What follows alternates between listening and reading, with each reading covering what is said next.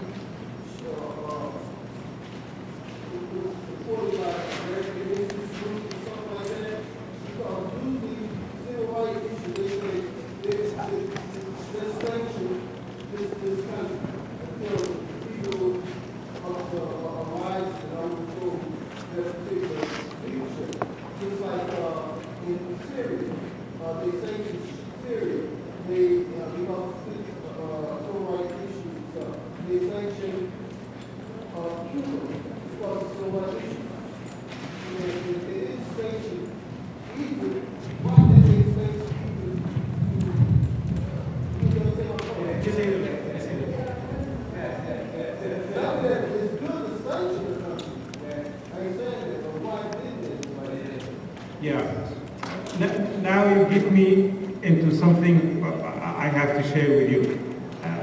The American foreign policy is in a very bad shape when it comes to Arab democracy. It's very unfortunate that your administration is supporting dictatorship in the Arab and Muslim world. For 30 years, the American administration used to give $1.3 billion to Mubarak, who was a dictator. They knew he was a dictator. They knew he imprisoned Egyptians. They knew he killed Egyptians. They knew he didn't want any democracy in the country, but in spite of this, he supported her. Not only Mubarak, but also the coup leader, the general, who now imprisoned, killed thousands of Egyptians, who is now wanted by Human Rights Watch as a war criminal because he committed crimes against humanity. But in spite of this, the American administration is still helping him, is still giving him the $1.3 billion. It is sad, and the fact of the matter, you want to know why, sir? It is some of the interest groups in this country are willing to do anything to support their interests. And that is something Americans have to wake up before it is too late. I had a meeting with a representative from the White House a few months ago, very easy. And then he said to me that we have a problem with the situation in Egypt. I said, what's the problem? He said, the anti-American sentiment is high in the Muslim world, and the highest is in Egypt. I said, do you know why, sir? Don't you know why? Because you're supporting the people who killed them. You're giving not only money, but also weapons. So if people see the Apache killing them, they see the Apache, they remember America. How would you like them to have good feelings about you? That is the challenge. That's what Americans, please don't let it go. This week, write to your congressman. Tell them before it is too late. Because if extremists run the show, we're all going to be losers. What we want is a win-win situation. We want stability, but through democracy, not through dictatorship. And that is very unfortunate. Some interest group, and if you want me to name them, I can name them. Especially the Israeli law does not want to see democracy in the Arab world. And that is not right for the American people. The American people have the right to express their own foreign policy to serve the interests of America. And it is very unfortunate. Other interest groups too are not interested in promoting better relations, because the short-term supporting dictatorship will serve the interest of America on the short term, but on the long term, we are going to be losers. Americans will be losers, and moderate Muslim Democrats will be losers as well, because it will be left. Now look at Al-Qaeda. You remember Osama bin Laden? And look at all the money the billions of dollars that were spent to fight Al-Qaeda in Iraq and in Afghanistan. Did Al-Qaeda disappear, or it came in a new form? It became ISIS. Because what we're fighting the symptom of the problem. We're not fighting the problem. The real problem is dictatorship, and this is what we need to fight. And you will find a lot of support of America.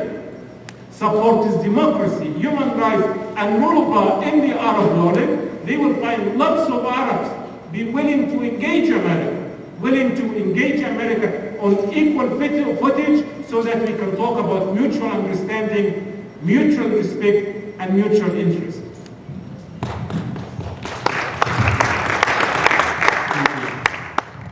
The issue of democracy question came from the audience. Dr. Judiri, thank you so much for your insight, for sake of clarity around the why. Why did the democracy dissolve? We hear a lot about the how, but could you provide insight on why Egypt is in its current state? My analysis that why Egypt is in the current state is because, let us together understand the situation of Egypt in the past 200 years. The French and the British were fighting each other in Pennsylvania, where I was doing my PhD. The French lost to the British. So what the French decided to do, they decided to punish the British by occupying Egypt, because Egypt was the road to India. So we came to be occupied. You know, when you are occupied, you are colonized. And you know what is colonized بالعربي? Colonized means استعمار. طب بس تشيلوا العين وتحطوا الحق؟ أيوة. تبقى استعمار. Colonized means that you're treated as a slave, because you don't have equal rights. There are colonizers and colonized. And this is what colonialism does. It makes you lose your humanity. So we lived under French, we lived then under British for 70 years, British occupation. Then came the military. We were able to get rid of foreign colonialism. What happened came? Local colonialism. Colonialism by Egyptian army. It started colonizing Egypt. The Egyptian army did not want us to think independently, or to think critically, or to advance the cause for freedom, because they want to have three things. They wanted to have the will, they wanted to have the vision, and they wanted to have all the important positions in the country. Three things. and they are willing to die for those three things. They didn't want to share. They do not have the language of negotiating. They have the language of giving orders. Until January 25th, 2011, when we went to the streets demanding the four things that I shared with you. So we do not have a deep culture of democracy.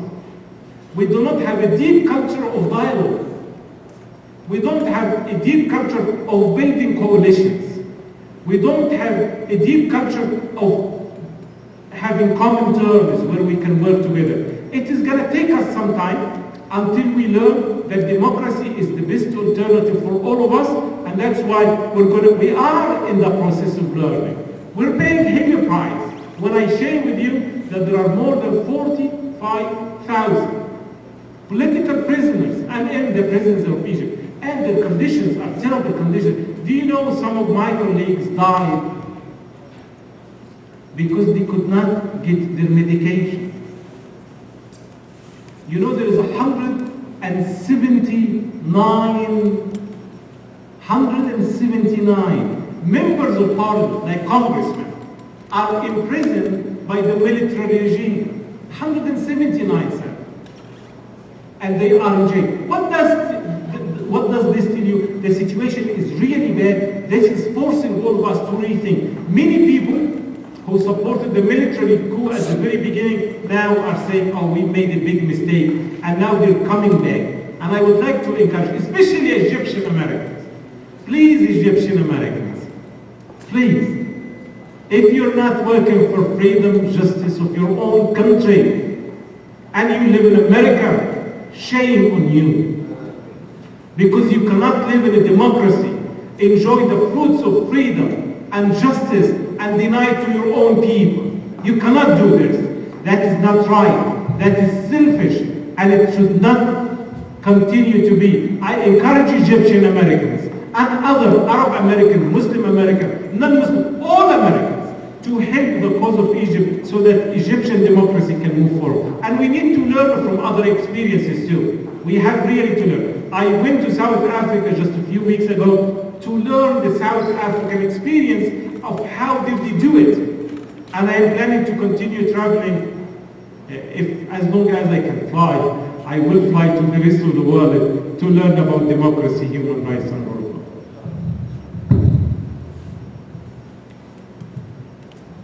I believe the discussion is getting heated up.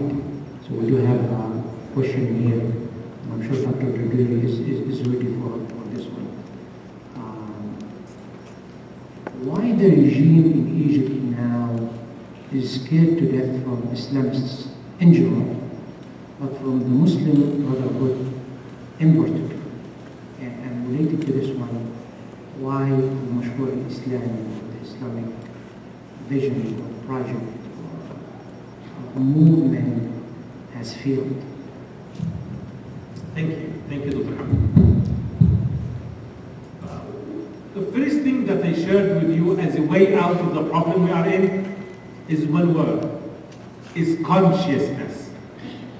That's what we need. If we have deeper consciousness of the problem, we will be able to overcome. The nature of the problem in Egypt is not between the army and the Islamists. Let us be honest about it. It's between the army and anyone who wants freedom, who wants democracy, and who wants rule of law.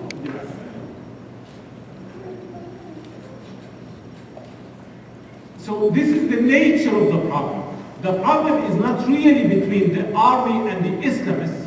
It's between the army and any group of people who would like to establish democracy because they don't want to share the will, they don't want to share the vision, and they don't want to share the positions they hold. So any group of people, Islamists, Christians, liberals, leftists, April 6 movement, any group that wants democracy, they will be targeted by the army, they will be put in jail by the army. Now we are in the jails in Egypt, not only Islamists or members of the Muslim Brotherhood, but there are so many other people. April 6 movement are there, liberals are there, leftists are there, So it is a quest for freedom. If you work for freedom in Egypt, you are targeted. That's why the military now is not allowing any freedom of movement, freedom of thought, or even freedom of expression. So this is how I look at it, Dr. Hamdi. I just think of it as a conflict between people who want freedom and people who prefer oppression. The unfortunate reality is the dictators are supported by people who prefer dictatorship than democracy, either in the West, in Europe, or in the United States administration. Thank you so much, Dr. Gregory, for your insight. As I told you earlier, and the event is getting more excitement and dynamics. And we're so happy to have Dr. Masri with us, being in the urgent care and emergency room almost for the whole day. We may ask Allah subhanahu wa ta'ala, the Almighty, to grant him a speedy recovery and to reward him for that wonderful effort to come in an cold night in Minnesota, though he flew from Alabama to here. And you know the difference. We'll give him a minute or so to relax for a while. Let me share with you something very quick. For those who do know, or those who do not know, Egypt is the only country on the face of earth and throughout the history which does have pharaohs. Wallahi. You don't find pharaoh anywhere, except in Egypt. For those who are not aware of the story of Pharaoh or Moses in Egypt, when Moses has approached him along with his brother Aaron in order to believe in God and so on and so forth, he promised them and he threatened them to do the most vicious things ever of punishment to he himself, to Aaron, to people around, and so on and so forth. And especially utilizing his magician around him in order to convince Moses, you're wrong, and we can do whatever we want to do. And look around, I am here, the Pharaoh. Look at the mind, it's underneath me. I can control everything. So what we're going to do? The answer came from the Egyptian people. And this is what we're looking for. We're capitalizing on people to continue with that Egyptian revolution. That's the key. Where it came directly from the Quran, from the teaching of Islam. Revelation from God Almighty to the Prophet of Islam, Muhammad, in Surah Taha, chapter 20, verses 72 and 73, were Egyptian people responding to Pharaoh, saying to him that, قالوا لن نؤثرك على ما جاءنا من البينات والذي فطرنا فاقضي ما أنت قاض إنما تقضي هذه الحياة الدنيا. الله أكبر. They said to Pharaoh, never shall we regard you as more than the clear signs that have come to us, or than him who created us. So decree whatever you desire to decree, for you can't only decree touching the life of this world.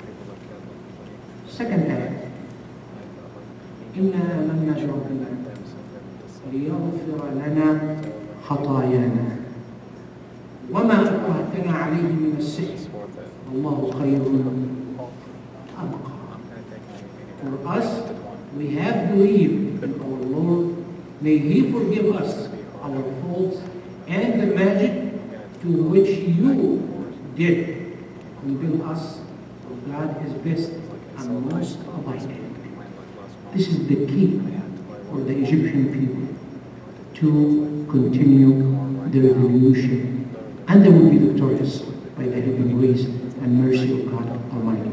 Without wasting any more time, Dr. Masri is in work now, and I will give him the floor.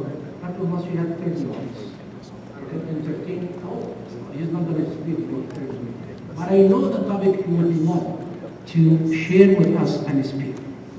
Human rights, especially coming from many reports from Human Rights Watch. He will share with us a lot of thoughts, and of course, we'll help with your questions.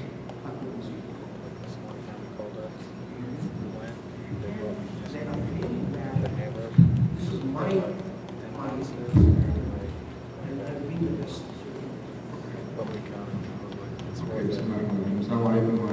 I'm sorry for being late. I'm pretty drugged up right now, so I'm feeling okay. That's good. But if I start moderating or something, you'll know why.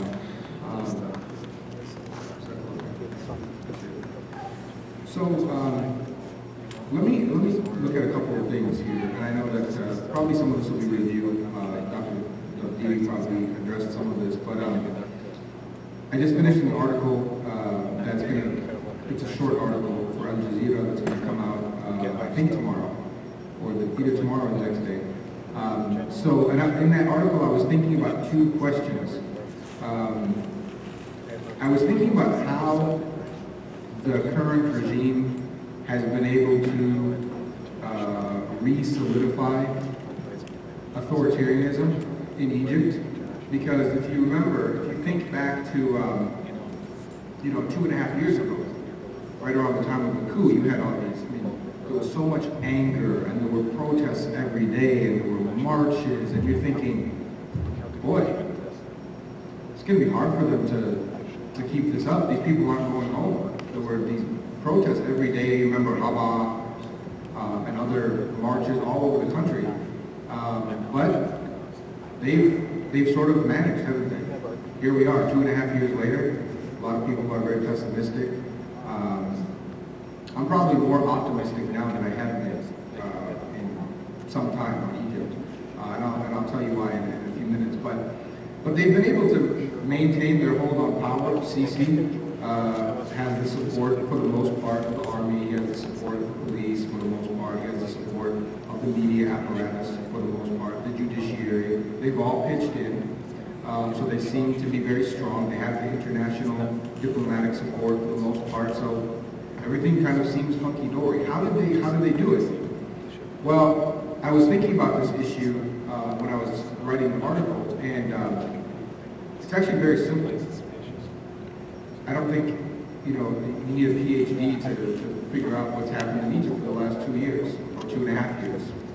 The government has used unprecedented brute force. They have ruled the country with an iron fist. And to be honest with you, I don't know that anybody saw that coming. I certainly didn't. I tell the story on August 13th, 2013. I was interviewed by, I think it was either CNN or BBC. And they asked me, because the government had been threatening to break up the protests. And people were worried that a lot of people were going to die. And they asked me, do you think it's going to happen? Do you think there's going to be a lot of casualties? And I said, no. I don't think they're going to do it. I don't see them. I told them that on international television. I said, I don't see the government just going in with guns and just mowing people down. I don't see it happening. Even if they're bad people, they're not that stupid where they would want to do that. I was wrong. I was 100% wrong. I was 100% wrong. They used unprecedented brute force. Anyone who wants to compare the current government to the government of Mubarak is misguided. This government has been significantly more brutal than anything that we saw during the Mubarak period. It's really not even close. I mean, if you want to look at the quantitative measures, this is a government, and I'm sure Dr. Dawidi covered a lot of this, but this is a government that has arrested more than 40,000 people.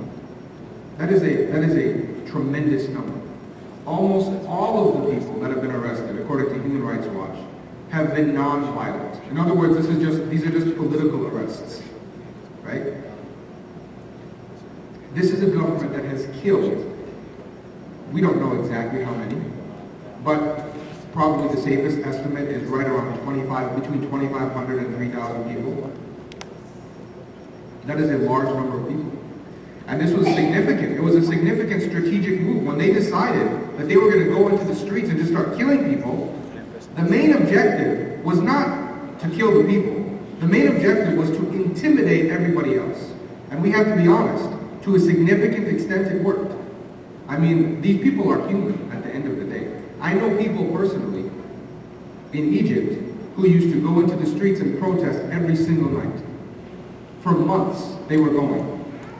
And then, I mean, I can tell you personally the stories that they told me. I mean, carrying dead bodies, being shot at, being shot, being detained, tortured in the prisons.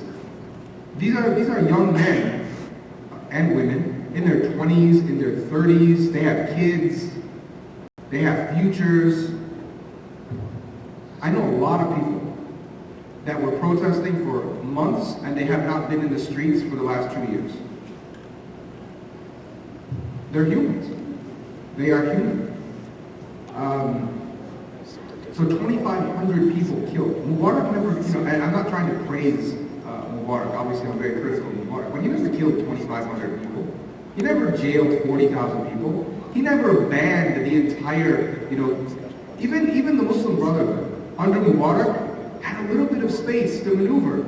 The government was just kind of leaving them alone for the most part. I mean, they would sweep in, occasionally and arrest some people, but for the most part, the government was like, okay, you do your thing. As long as you're not threatening my hold on power, you do your thing. They had their social services, their NGOs, the charitable organizations, the schools, all that stuff went on for 30 years, uninterrupted. It's all, this current government, their intent was to completely crush and annihilate the Brotherhood. And they said it. They said it. Right after the coup, in July of 2013, they said, our goal is to eliminate the Brotherhood. One guy, one of the officials, they asked him, how long is it going to take? He said 6 months. He said within 6 months, there will be no more Muslim Brotherhood. Of course, I mean, he's wrong because, I mean, you can't kill off an organization of that size. They have so much support, but there's no question that they used the proverbial iron fist and they crushed the Brotherhood. They did. To a significant extent. They've done other things. They've prevented, since those big protests were broken up, they've prevented large gatherings. They've prevented large spectacles.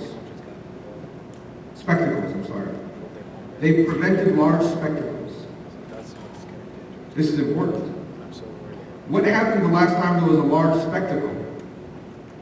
People are watching. This was in the summer of 2013. People are watching. If there's a large spectacle, I mean, people are stupid. If they see this, they go, oh my God, the entire nation is opposed to Morsi. So they have to avoid. It happened in 2011 with Mubarak at Tahrir Square and elsewhere. This spectacle, you have the media coverage, you have aerial footage, TV cameras. The government decided. See, this government learned from those previous experiences. Unfortunately, they learned to be more brutal. So they've completely prevented these kinds of spectacles for the last almost 2.5 years. What they do is, in particular with respect to Tahrir Square, and Tahrir Square is obviously, as you know, that was the symbolic home of the revolution. What they do is they set up security walls. So there are military, right now, at this very second, there are military tanks all around and inside Tahrir Square. And that's what they've been doing. There have been other attempts by anti-coup protesters to go into Tahrir Square. They are physically prevented with force from entering the square. The government knows if they get into that square, we have a problem. So they prevent them from going into that square. Okay? So they're killing people, they're preventing the large spectacle, they're arresting people. Obviously they shut down all of the media outlets, the oppositional television news outlets. They've used forced disappearance. In one recent 2-month period, November and December 2015, there were more than 300 cases of forced disappearance in Egypt. People just come up missing. They've used rampant torture, and that's not my word.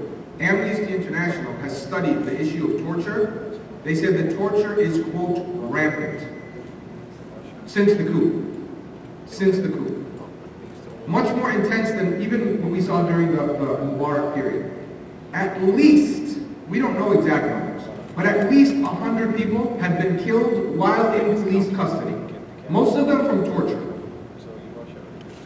I mean, if you want to read some heartbreaking stories, you go read some of those stories.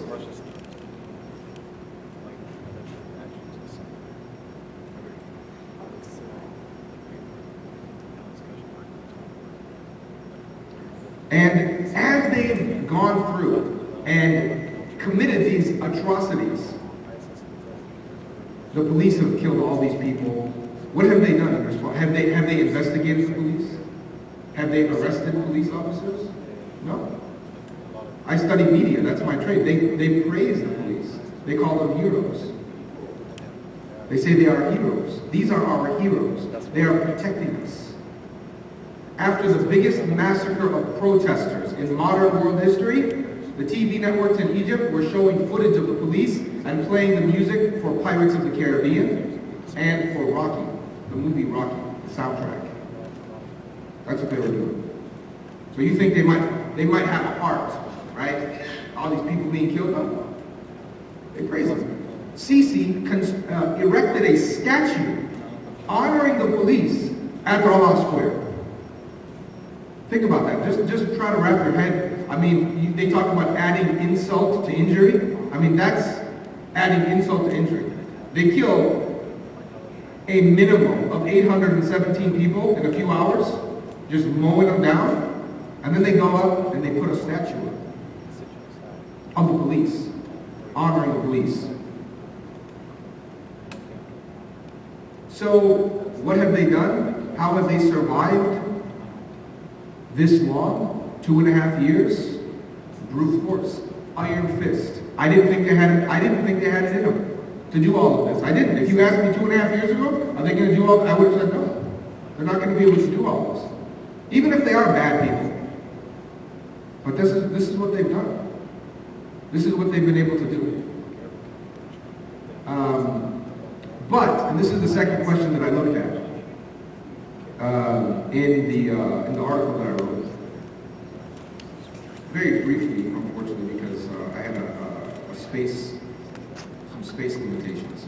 And I said it a few minutes ago that I'm more optimistic now than I have been. And that is because for the first time in quite some time, we are starting to see meaningful fractures from within the Egyptian society.